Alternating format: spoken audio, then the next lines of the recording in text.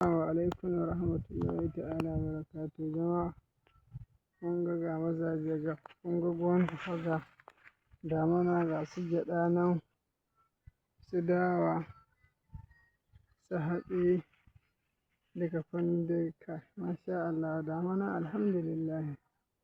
Ƙwarai kun gan ga su nan amfanin gona kam masha Allah ko alhamdulillah gaskiya masha Allah amfani ya tashi ba da kuma masha Allah. Mu daɗe da gama noma. Ba mu daɗe da gama wannan Noman ba.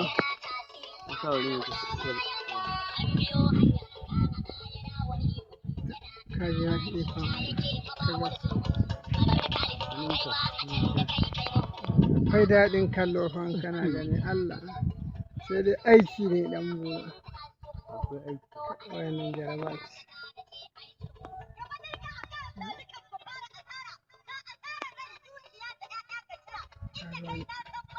Ka ga wani namiji nan ɗan buɗe kai duniya maza shanu ba yanzu wannan sun zai iya kai miliyan ko sannu daɗina da shanu inda ya saba tafiya kawai sauri yake kawai a kai shi ɗan yaron da ke so ɗan ƙarami ba wallahi ai dabba ya shafi babu abin da ya kai ta amana yanzu nan duk faɗin shi ya wannan yaron ba zai mara komar ba amma aka ce in baya da faɗa kuma in bai san mutum ba to akwai damuwa.